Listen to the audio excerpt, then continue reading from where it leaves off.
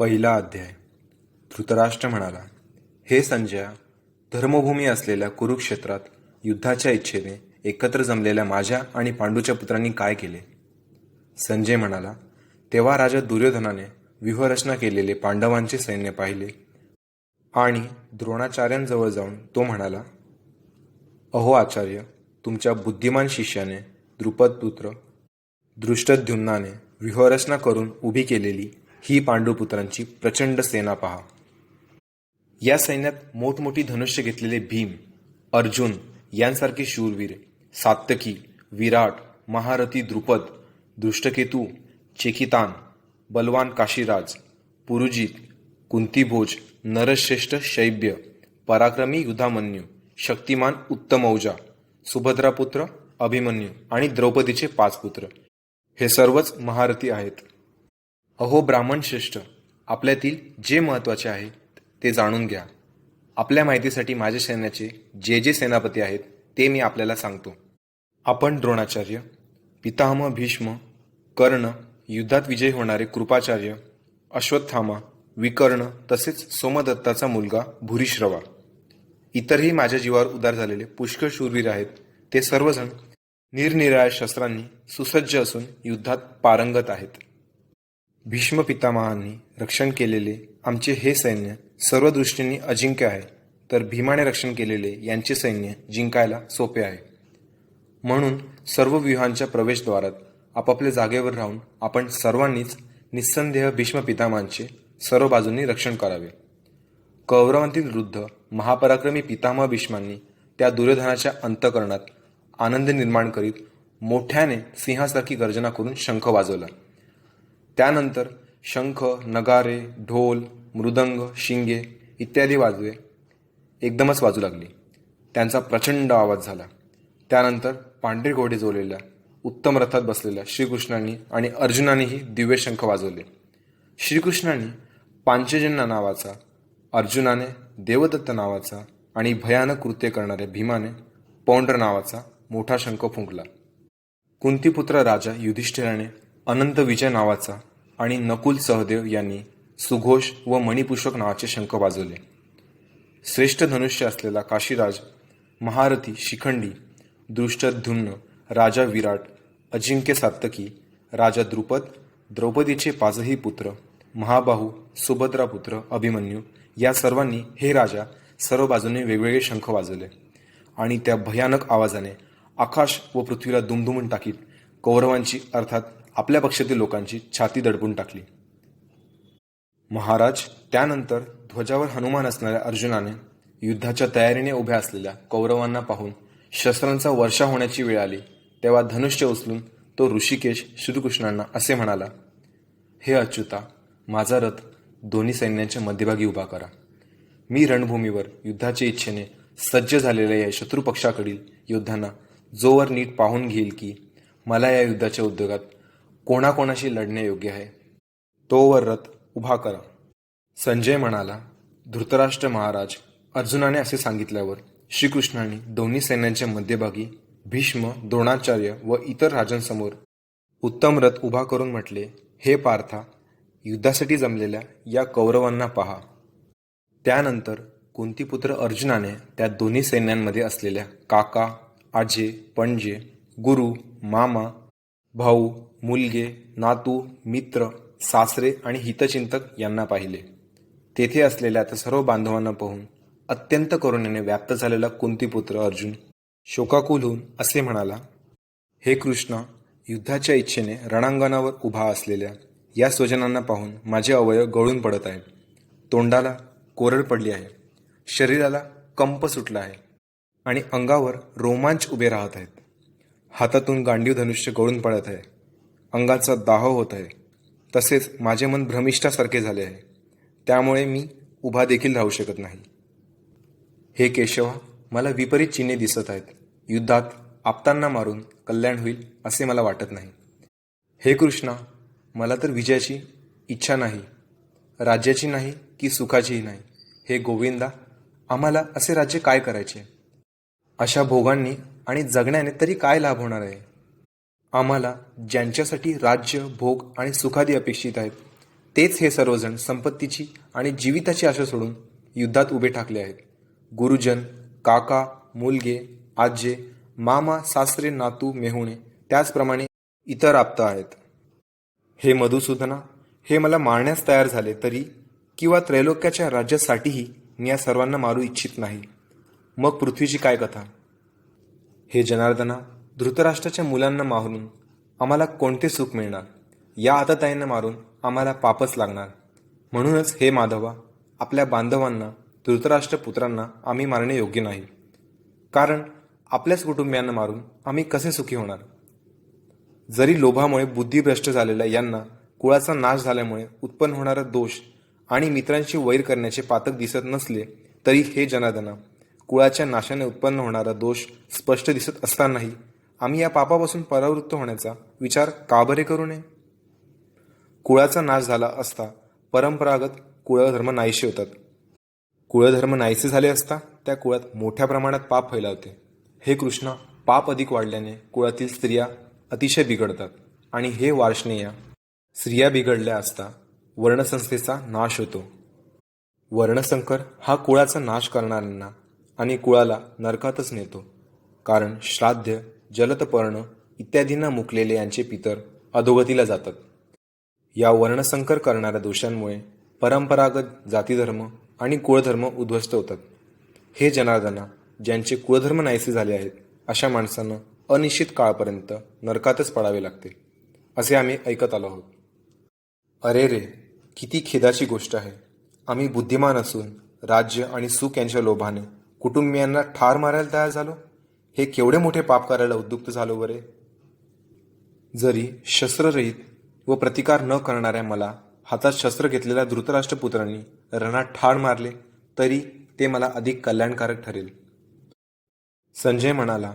रणांगणावर दुःखाने उद्विग्न मन झालेला अर्जुन एवढे बोलून बाणासह धनुष्य टाकून देऊन रथाच्या मागील भागात जाऊन बसला. ओम तत्सदिती श्रीमद्भगवद्गीतासूपनिषत्सु ब्रह्मविद्यायां योगशास्त्रे श्रीकृष्णार्जुन संवादे अर्जुन विषाद योगो नाम प्रथमोऽध्यायः. दुसरा अध्याय. संजय म्हणाला. अशा रीतीने करुणेने व्याप्त, ज्याचे डोळे आसवांनी भरलेले व व्याकुळ दिसत आहेत, अशा शोक करणाऱ्या अर्जुनाला भगवान मधुसूदन असे म्हणाले. श्री भगवान म्हणाले, हे अर्जुना, या भलत्याच वेळी हा मोह तुला कशामुळे उत्पन्न झाला? कारण हा थोरांनी न आचरलेला, स्वर्ग मिळून न देणारा आणि कीर्तिकारकही नाही. म्हणून हे पार्था, शंडपणा करू नकोस. हा तुला शोभत नाही. हे परंतपा, अंतःकरणाचा तुच्छ दुळेपणा सोडून युद्धाला उभे राहा. अर्जुन म्हणाला, हे मधुसूदना, युद्धात मी भीष्म पितामहांच्या आणि द्रोणाचार्यांच्या विरुद्ध बाणांनी कसा लढू? कारण हे अरिसूदना, ते दोघेही मला पूज्य आहेत. म्हणून या महानुभाव गुरुजनांना न मारता मी या जगात भिक्षा मागून खाणेही कल्याणकारक समजतो. कारण या गुरुजनांना मारूनही या लोकात रक्ताने माखलेले अर्थ व कामरूप भोगच ना भोगायचे. युद्ध करणे व न करणे या दोहोंपेक्षाही आम्हाला काय श्रेष्ठ आहे हेच कळत नाही. किंवा आम्ही जिंकू किंवा ते आम्हाला जिंकतील हेही आम्हाला माहीत नाही. आणि ज्यांना मारून आम्हाला जगण्याची इच्छा नाही तेच आमचे बांधव धृतराष्ट्रपुत्र आमच्या विरुद्ध उभे आहेत. करुणा व्याप्त दैन्यामुळे ज्याचा मूळ स्वभाव नाहीसा झाला आहे, धर्माचा निर्णय करण्याविषयी ज्याची बुद्धी असमर्थ आहे, असा मी तुम्हाला विचारित आहे. जे साधन खात्रीने कल्याणकारक आहे ते मला सांगा. कारण मी तुमचा शिष्य आहे. म्हणून तुम्हाला शरण आलेल्या मला उपदेश करा. कारण पृथ्वीचे शत्रुरहित व धनधान्य समृद्ध राज्य मिळाले किंवा देवांचे स्वामित्व जरी मिळाले तरी माझ्या इंद्रियांना शोषून टाकणारा शोक जो दूर करू शकेल असा उपाय मला दिसत नाही. संजय म्हणाला, हे राजा, निद्रेवर ताबा असलेल्या अर्जुनाने अंतर्यामी श्रीकृष्णाला एवढे बोलून मी युद्ध करणार नाही असे स्पष्टपणे सांगितले व तो गप्प झाला. हे भरतवंशी धृतराष्ट्र महाराज, अंतर्यामी भगवान श्रीकृष्ण दोन्ही सैन्याच्या मध्यभागी शोक करणाऱ्या त्या अर्जुनाला हसल्यासारखे करून असे म्हणाले. श्री भगवान म्हणाले, हे अर्जुना, तू ज्यांचा शोक करू नये अशा माणसांसाठी शोक करतोस आणि विद्वानांसारखं युक्तिवाद करतोस. परंतु ज्यांचे प्राण गेले आहेत त्यांच्यासाठी आणि ज्यांचे प्राण गेले नाहीत त्यांच्यासाठीही विद्वान माणसे शोक करीत नाहीत. मी कोणत्याही काळी नव्हतो, तू नव्हतास किंवा हे राजेही नव्हते असेही नाही, आणि यापुढे आम्ही सर्वजण असणार नाही असेही नाही. ज्याप्रमाणे जीवात्म्याला या शरीरात बालपण, तारुण्य आणि वार्धक्य येते, त्याचप्रमाणे दुसरे शरीर मिळते. याविषयी धीर पुरुषांना मोह उत्पन्न होत नाही. हे कुंतीपुत्रा, इंद्रियांची विषयांशी संयोग हे थंडी, उष्णता आणि सुख दुःख देणारे आहेत. ते उत्पन्न होतात व नाहीसे होतात, म्हणून अनित्य आहेत. तेव्हा हे भारता, ते तू सहन कर. कारण हे श्रेष्ठ पुरुषा, सुख दुःख समान मानणाऱ्या ज्या धीर पुरुषाला हे इंद्रियांची विषयांची संयोग व्याकुळ करीत नाहीत, तो मोक्षाला योग्य ठरतो. असत वस्तूला अस्तित्व नाही आणि सत वस्तूचा अभाव नसतो. अशा रीतीने या दोहोंची सत्यस्वरूप तत्वज्ञानी पुरुषांनी पाहिले आहे.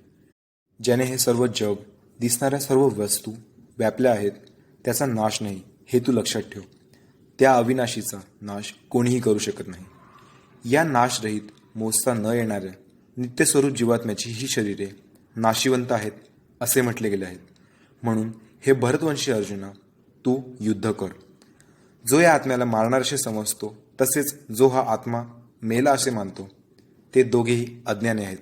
कारण हा आत्मा वास्तविक पाहता कोणाला मारत नाही आणि कोणाकडून मारला जातही नाही. हा आत्मा कधी जन्मत नाही आणि मरतही नाही. तसेच हा एकदा उत्पन्न झाल्यावर पुन्हा उत्पन्न होणार नाही. कारण हा जन्म नसलेला, नित्य, सनातन आणि प्राचीन आहे.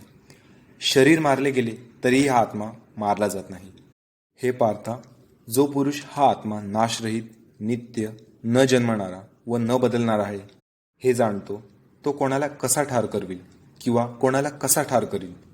ज्याप्रमाणे माणूस जुनी वस्त्रे टाकून नवी वस्त्रे घेतो, त्याचप्रमाणे जीवात्मा जुनी शरीरे टाकून नव्या शरीरात जातो. या आत्म्याला शस्त्रे कापू शकत नाहीत, विस्तव जाळू शकत नाही, पाणी भिजवू शकत नाही आणि वारा वाळू शकत नाही. कारण हा आत्मा कापता न येणारा, जाळता न येणारा, भिजवता न येणारा आणि निसंशय वाळवता न येणारा आहे. तसेच हा आत्मा नित्य, सर्वव्यापी, अचल, स्थिर राहणारा आणि सनातन आहे. हा आत्मा अव्यक्त आहे, अचिंत्य आहे आणि विकाररहित आहे असे म्हटले जाते. म्हणून हे अर्जुना, हा आत्मा वर सांगितल्याप्रमाणे आहे हे लक्षात घेऊन तू शोक करणे योग्य नाही. परंतु जर तू आत्मा नेहमी जन्मणारा व नेहमी मरणार आहे असे मानत असशील, तरीसुद्धा हे महाबाहो, तू अशा रीतीने शोक करणे योग्य नाही. कारण असे मानल्यास त्यानुसार जन्मास आलेल्याला मृत्यू निश्चित आहे आणि मेलेल्याला जन्म निश्चित आहे. म्हणून या उपाय नसलेल्या गोष्टींविषयी तू शोक करणे योग्य नाही. हे अर्जुना, सर्व प्राणी जन्मापूर्वी अप्रगट असतात आणि मेल्यानंतरही अप्रगट होणार असतात. फक्त मध्ये प्रगट असतात. मग अशा स्थितीत शोक कसला करायचा? एखादा महापुरुषच या आत्म्याला आश्चर्याप्रमाणे पाहतो आणि तसाच दुसरा एखादा महापुरुष या तत्वाचे आश्चर्याप्रमाणे वर्णन करतो. तसेच आणखी एखादा अधिकारी पुरुषच याच्याविषयी आश्चर्याप्रमाणे ऐकतो आणि कोणी कोणी तर याला ऐकूनही जाणत नाही. हे अर्जुना, हा आत्मा सर्वांच्या शरीरात नेहमी अवध्य असतो. म्हणून सर्व प्राण्यांच्या बाबतीत तू शोक करणे योग्य नाही. तसेच स्वतःचा धर्म लक्षात घेऊनही तू भीता कामा नये. कारण क्षत्रियाला धर्माला अनुसरून असलेल्या युद्धाहून दुसरे कोणतेही कल्याणकारक कर्तव्य नाही. हे पार्था, आपोआप समोर आलेले उघडलेले स्वर्गाचे दारच असे युद्ध भाग्यवान क्षत्रियांनाच लाभते. परंतु जर तू हे धर्मयुक्त युद्ध केले नाहीस, तर स्वधर्म आणि कीर्ती गमावून पापाला जवळ करशील. तसेच सर्व लोक तुझी चिरकाळ अपकीर्ती सांगत राहतील आणि सन्माननीय पुरुषाला अपकीर्ती मरणाहून दुस्सह्य वाटते. शिवाय ज्यांच्या दृष्टीने तू आधी अतिशय आदरणीय होतास, त्यांच्या दृष्टीने तू आता तुच्छ ठरशील. ते महारथी तुला भिवून युद्धातून काढता पाय घेतला असे मानतील. तुझे शत्रू तुझ्या सामर्थ्याची निंदा करतील. तुला पुष्कळचे नको नको ते बोलतील. याहून अधिक दुःखदायक काय असणार आहे? युद्धात तू मारला गेलास तर स्वर्गाला जाशील, अथवा युद्धात जिंकलास तर पृथ्वीचे राज्य भोगशील. म्हणून हे अर्जुना, तू युद्धाचा निश्चय करून उभा राहा. जय पराजय, फायदा तोटा आणि सुख दुःख समान मानून या युद्धाला तयार हो. अशा रीतीने युद्ध केलेस तर तुला पाप नाही लागणार. हे पार्था, हा विचार तुझ्या ज्ञानयोगाच्या संदर्भात सांगितला. आणि आता कर्मयोगाविषयी ऐक. ज्या बुद्धीने युक्त झाला असता तू कर्माचे बंधन चांगल्या प्रकारे तोडून टाकशील. या कर्मयोगात आरंभाचा अर्थात बीजाचा नाश नाही आणि उलट फळरूप दोषही नाही.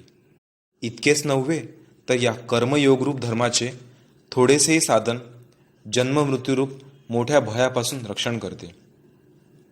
हे अर्जुना, या कर्मयोगात निश्चयात्मक बुद्धी एकच असते, परंतु अस्थिर विचार असणाऱ्या अविचारी कामनायुक्त माणसांच्या बुद्धी खात्रीने पुष्कळ फाटे फुटलेल्या व असंख्य असतात.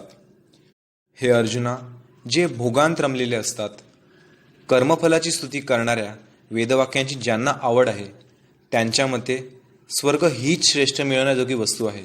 स्वर्गाहून श्रेष्ठ दुसरी कोणतीही गोष्ट नाहीत असे जे सांगतात ते अविवेकी लोक अशा प्रकारे जी पुष्पित म्हणजे दिखाऊ शोभायुक्त भाषा बोलत असतात, त्यांची ही भाषा जन्मरूप कर्मफल देणारी तसेच भोग व ऐश्वर्य मिळवण्यासाठी अनेक प्रकारच्या क्रियांचे वर्णन करणारी असते.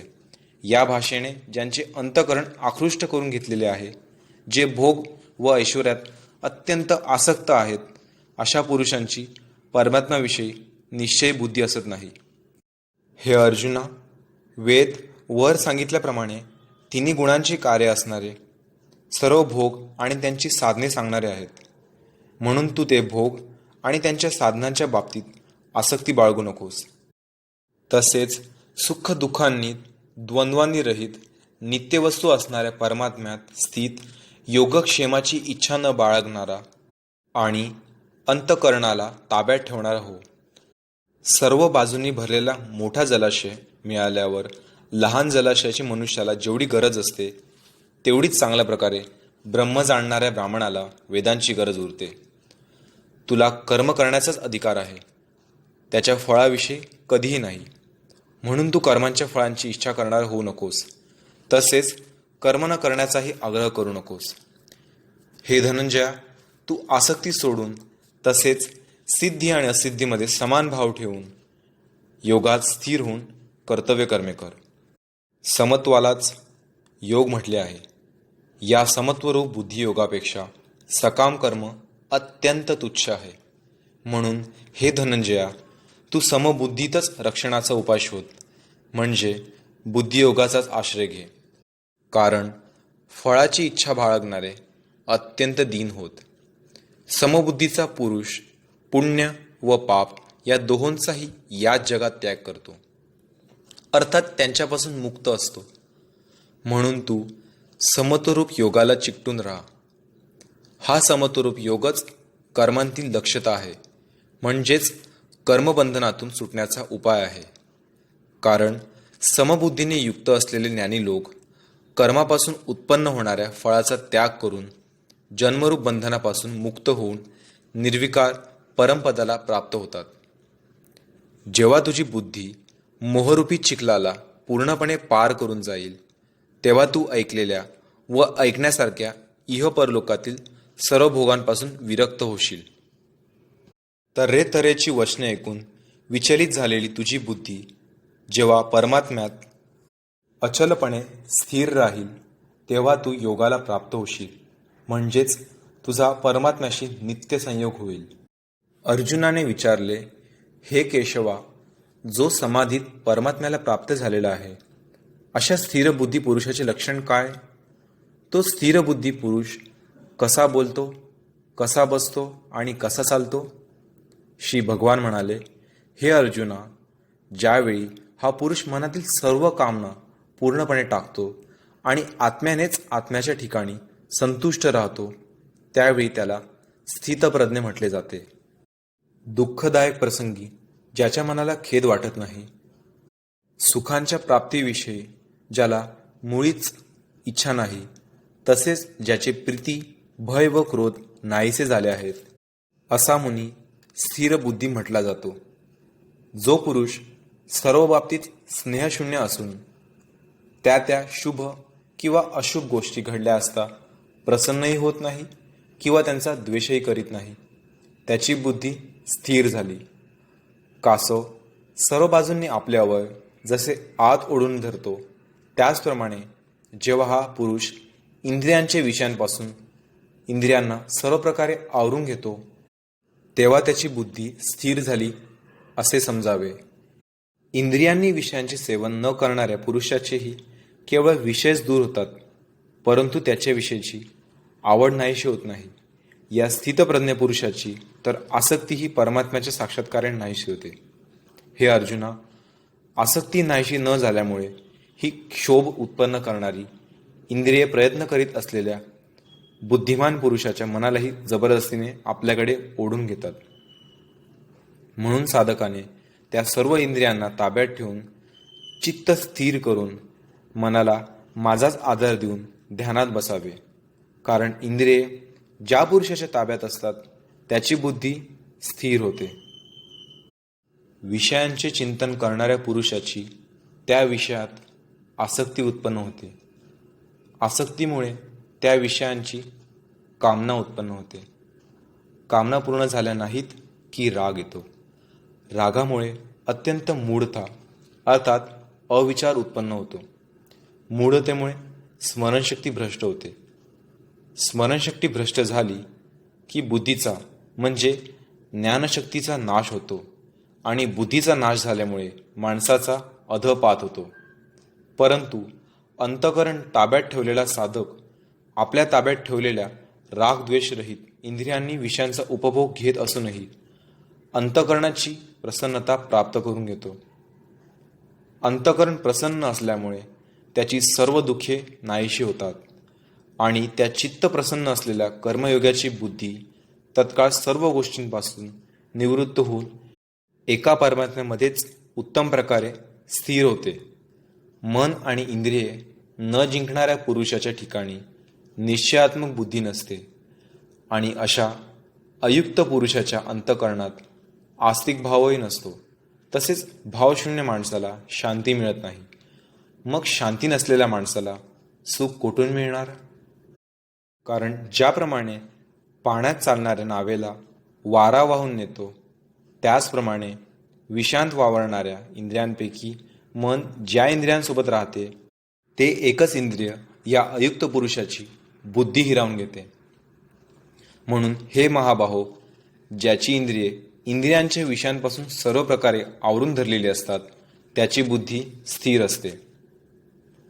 सर्व प्राण्यांच्या दृष्टीने जी रात्रीसारखी असते अशा नित्य ज्ञानस्वरूप परमानंदाच्या प्राप्तीत स्थितप्रज्ञ योगी जागतो आणि ज्या नाशिवंत सांसारिक सुखाच्या प्राप्तीत सर्व प्राणी जागतात ती परमात्व तत्व जाणणाऱ्या मुनीला रात्रीसारखी असते. ज्याप्रमाणे निरनिराळ्या नद्यांचे पाणी सर्व बाजूंनी भरलेल्या व स्थिर असलेल्या समुद्रात त्याला विचलित न करताही सामावून जाते, त्याचप्रमाणे सर्व भोग ज्या स्थितप्रज्ञ पुरुषामध्ये कोणत्याही प्रकारचा विकार उत्पन्न न करताच सामावून जातात, तोच पुरुष परमशांतीला प्राप्त होतो, भोगांची इच्छा करणारा नव्हे. जो पुरुष सर्व कामनांचा त्याग करून ममता, अहंकार आणि इच्छा टाकून राहत असतो त्यालाच शांती मिळते. हे अर्जुना, ब्रह्माला प्राप्त झालेल्या पुरुषाची ही स्थिती आहे. ही प्राप्त झाल्याने योगी कधी मोहित होत नाही आणि अंतकाळीही या ब्राह्मी स्थितीत स्थिर होऊन ब्रह्मानंद मिळवतो. ओम तत्सदिती श्रीमद्भगवद्गीतासूपनिषत्सु ब्रह्मविद्यायां योगशास्त्रे श्रीकृष्णार्जुनसंवादे सांख्ययोगो नाम द्वितीयोऽध्यायः.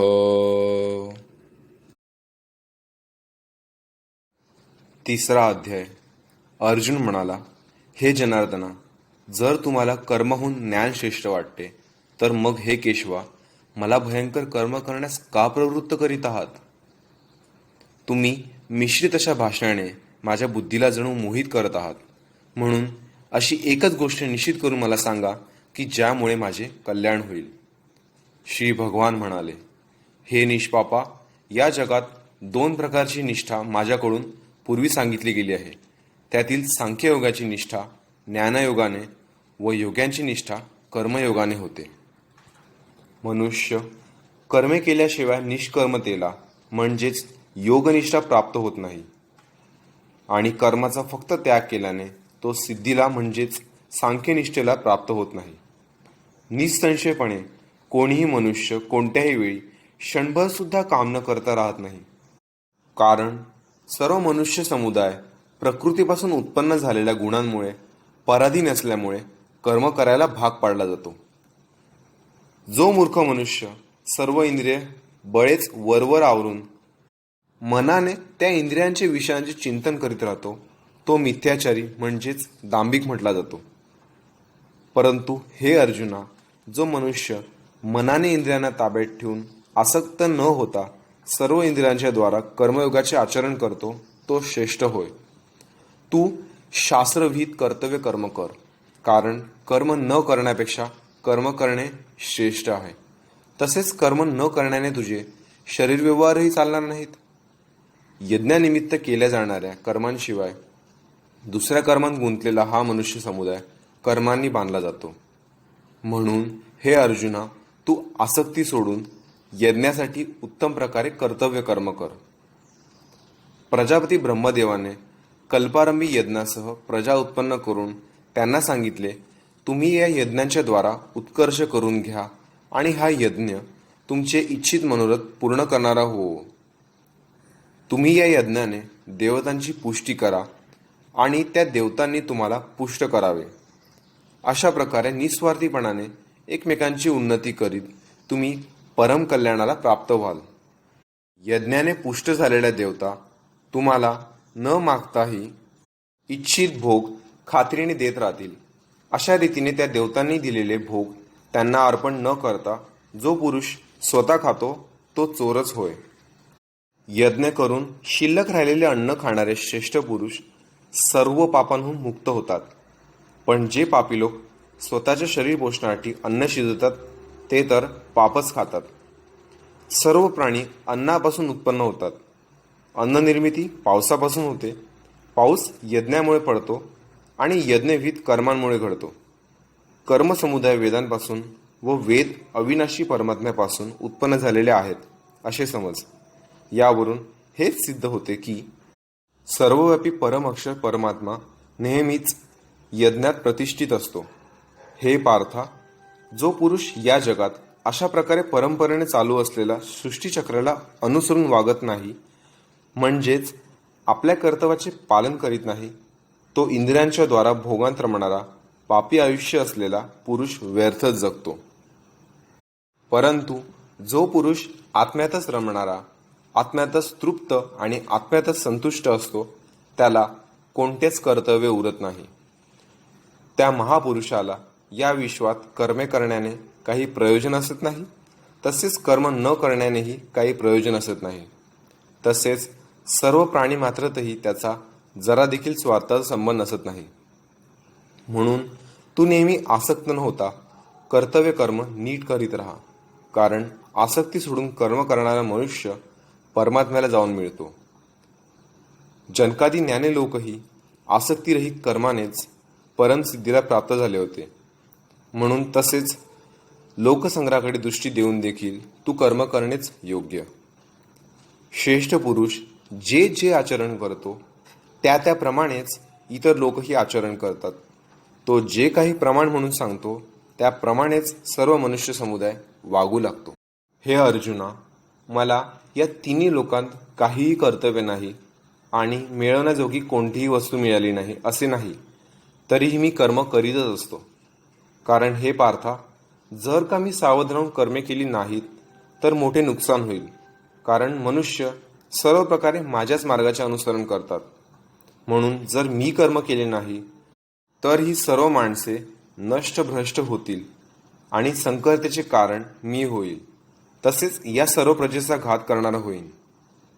हे भारता, कर्मांत आसक्त असलेले अज्ञानी लोक ज्या रीतीने कर्मे करतात त्याच रीतीने आसक्ती नसलेल्या विद्वानानेही लोकसंग्रह करण्याच्या इच्छेने कर्म करावीत. परमात्म स्वरूपात स्थिर झालेल्या ज्ञानीपुरुषाने शास्त्रविहित कर्मांत आसक्ती असलेल्या अज्ञानी लोकांच्या बुद्धीत भ्रम म्हणजेच कर्माविषयी अश्रद्धा निर्माण करू नये.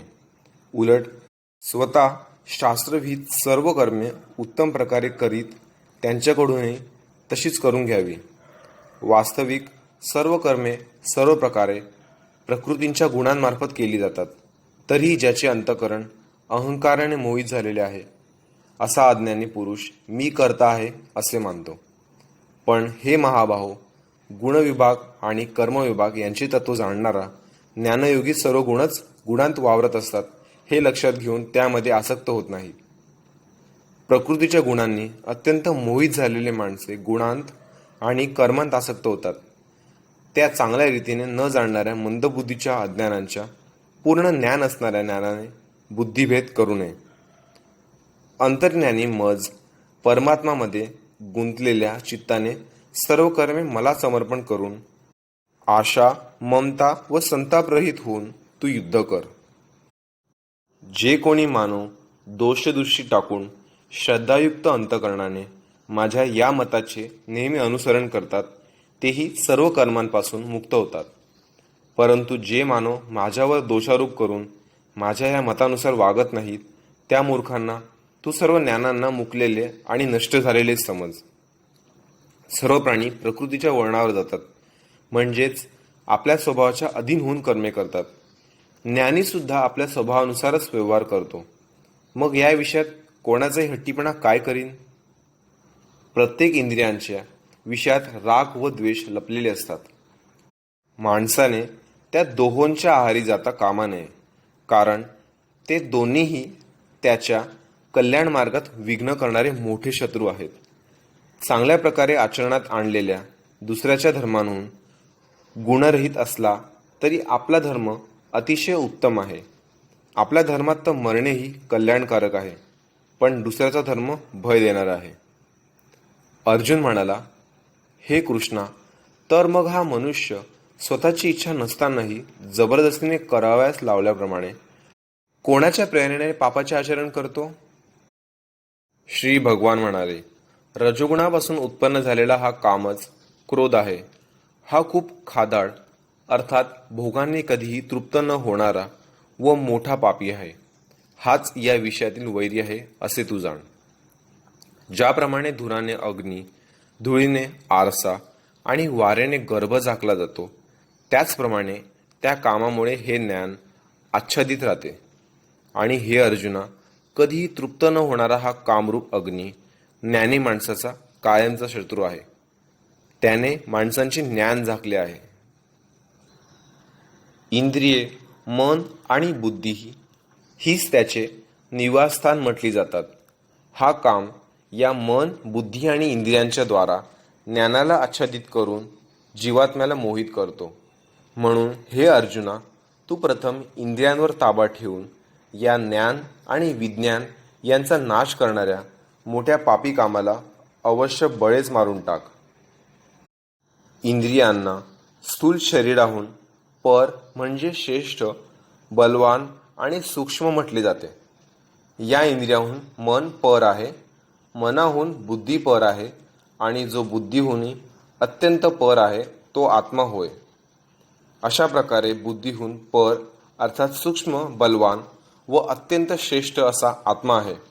हे जाणून आणि बुद्धीच्या द्वारा मनाला स्वाधीन करून हे महाभाव, तू या कामरूप अजिंक्य शत्रूला मारून टाक. ओम तत्सदिति श्रीमद्भगवत गीतासूपनिषत्सु ब्रह्मविद्यायां योगशास्त्रे श्रीकृष्णार्जुन संवादे कर्मयोगो नाम तृतीयोऽध्यायः.